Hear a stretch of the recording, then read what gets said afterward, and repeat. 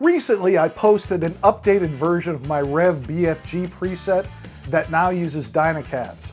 It's available for the Axe FX3 and the FM9 because it has 2 amp blocks.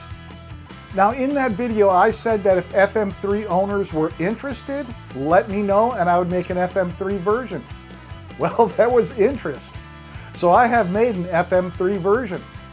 I just finished porting it over from the Axe FX3, and instead of having to make 2 presets, I was able to get it all down in 1 preset. All right, let's check it out. Before I ported this preset from the Axe FX3 to the FM3, I took notes of the amp settings on each channel. Now let's go over them just real quickly here. Turns out that only 5 different amp types are used. Of course, 1 amp had to come off the list, and that was the Plexi 50 watt that I used for scene 8, the eliminator scene. I'm sure that I can substitute one of the other amp types, and we're going to be using scene controllers to make it all work. If you aren't familiar with scene controllers, I made a video and I'll post a link in the description. This is an 8 scene preset, representing songs off of the first 7 ZZ Top albums, plus 1 scene with a Leslie rotating speaker, similar to the one used at Robin Hood Studios, where the early ZZ Top albums were recorded. This is a pretty packed preset, but CPU usage is kept down to an average of 65%.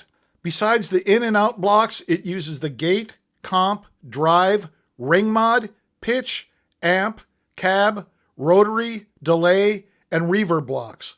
And every one of those blocks gets used in at least 1 scene. The gate block is using the classic gate type in channel A. Threshold is set to -50.2 dB. The comp block is using the tube compressor type in channel A. The drive block is using the bosom boost in channel A and the griddle cake in channel B. The ring modulator block is using the classic type in channel A with frequency set to 199.97 Hz.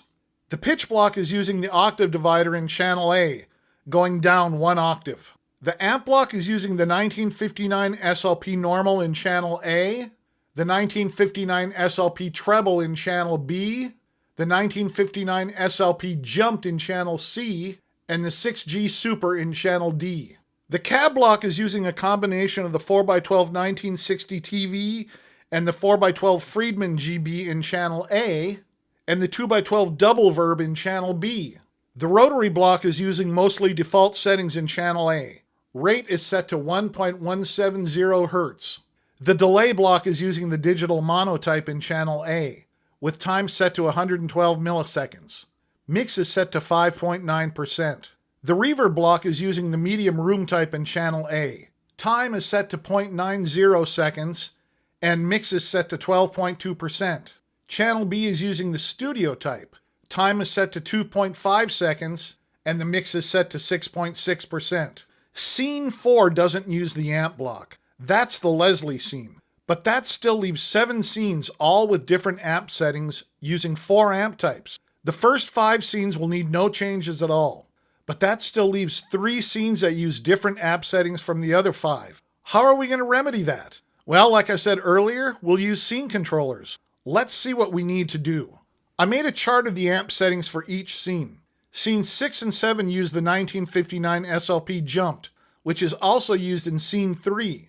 However, Scene 8 uses the Plexi 50 watt 6CA7 amp type, and we have no room for it. Looking over the other choices in the amp block, I'd say that the 1959 SLP jumped is the closest matched, so we'll use that. Now we need to set up the scene controllers.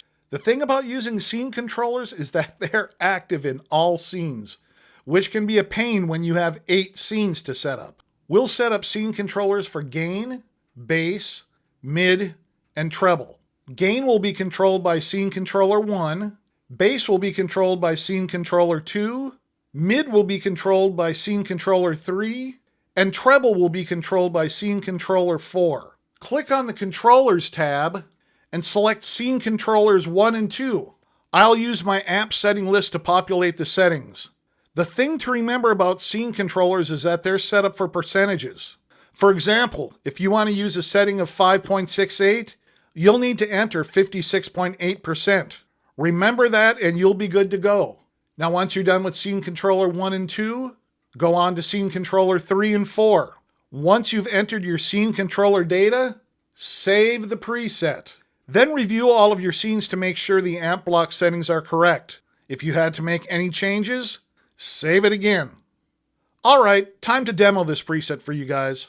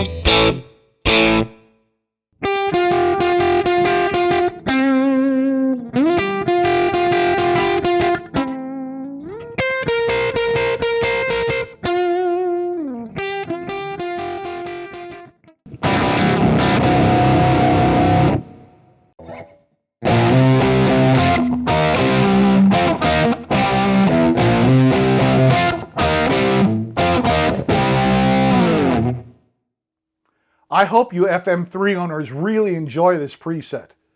It did take a bit of tweaking, but I got all 8 scenes into one preset. I'll post the Exchange link in the description.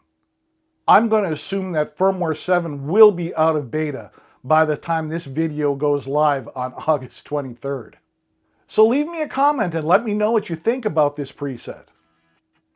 This Friday, we are going to talk about using different string gauges on your acoustic electric to see which one sounds best in an acoustic preset. And we'll also talk about what tweaks you might have to make in your preset to make everything work together. Now, you don't want to miss that, so go ahead and hit that subscribe button and ring that notification bell. All right, guys, have a great week. I will see you on Friday.